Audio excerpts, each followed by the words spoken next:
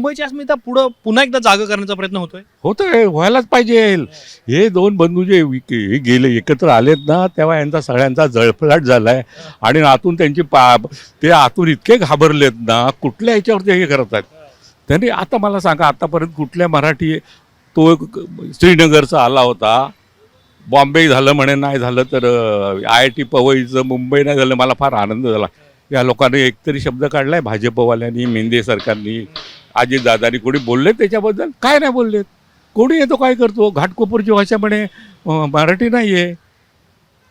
पूर्वी असे कधी होते का? एवढी डेअरिंग कोणी केलं होतं का? कोणाच्या ह्याच्यात महाराष्ट्र माणसाला शिवी द्यायची का काय करायची कोणाच्या दम नव्हता. पण आता एकत्र आल्यामुळे त्यांची सगळी पाचवारची धारण बसलेली आहे.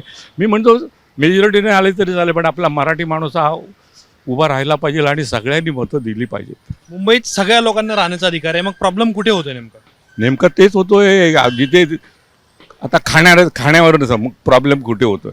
हे जे रेट हे वाढवले तर ह्याने वाढवलं. काय सोसायट्यांमध्ये मराठी माणसाला एंट्रीच दिली जात नाही. तुम्ही महाराष्ट्रीयन आहात, तुम्ही खाता, तुम्ही घाणेरडे आहात, असे आरोप केले जातात. एवढे त्यांचं कुठे झालंय असं?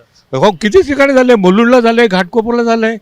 तुम्ही हे घाण करता, हे करता. अहो, बदलापूरसारख्या ठिकाणी, विरारसारख्या ठिकाणी जे बाहेरने लोक आले ते बोलतात आपल्याला परप्रांतीय. एवढी डेअरिंग काय व्हावी?